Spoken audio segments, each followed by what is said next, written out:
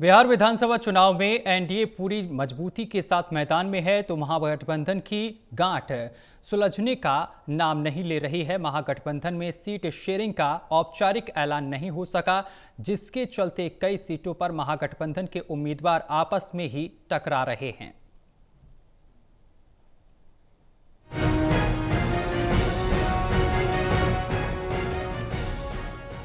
बिहार विधानसभा चुनाव की नामांकन प्रक्रिया खत्म होते ही सियासी तस्वीर साफ होने लगी है।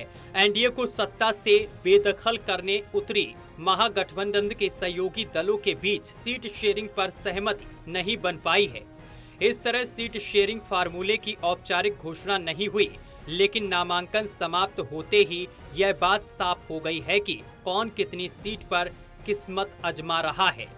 महागठबंधन में कई दिनों तक चली खींचतान और दावों के बावजूद सीटों के बंटवारे का फैसला नहीं हो पाया। नामांकन खत्म होने के बाद यह बात साफ हो गई है कि महागठबंधन में सबसे ज्यादा सीटों पर आरजेडी चुनाव लड़ रही है, जबकि कांग्रेस पिछली बार से 9 सीटें कम पर किस्मत आजमा रही है। बिहार चुनाव के नामांकन खत्म होने के बाद सामने जो तस्वीर आई है, उसमें प्रदेश की कुल 243 विधानसभा सीटों पर महागठबंधन की तरफ से 254 उम्मीदवार मैदान में हैं। इस तरह 11 सीटों पर महागठबंधन की तरफ से 2-2 उम्मीदवारों ने ताल ठोक रखी है। ऐसे में एनडीए को घेरने के प्लान में कहीं तेजस्वी यादव खुद तो नहीं फंस गए हैं। महागठबंधन में आरजेडी सबसे ज्यादा सीटों पर चुनाव लड़ रही है। आरजेडी ने 143 सीटों पर उम्मीदवार उतारे हैं, तो कांग्रेस के 61 प्रत्याशी मैदान में हैं। इसके अलावा सीपीआई माले 20 सीट पर, तो CPI 9 seat, CPM 4 seat, Mukesh Sahani की वीआईपी 15 सीट और आईपी गुप्ता की पार्टी 3 सीट पर चुनाव लड़ रही है।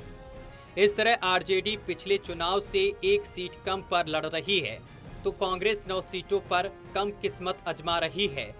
2020 में आरजेडी 144 और कांग्रेस 70 सीट पर चुनाव लड़ी थी।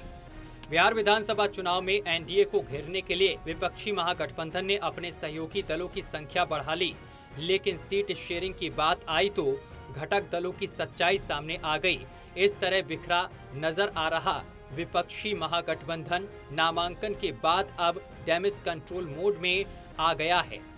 सोमवार को कुछ सीटों पर सहयोगी दलों ने एक दूसरे के खिलाफ खड़े अपने उम्मीदवारों को वापस लेना शुरू कर दिया है। इसके बाद भी करीब 1 दर्जन सीटों पर महागठबंधन आमने सामने मैदान में है।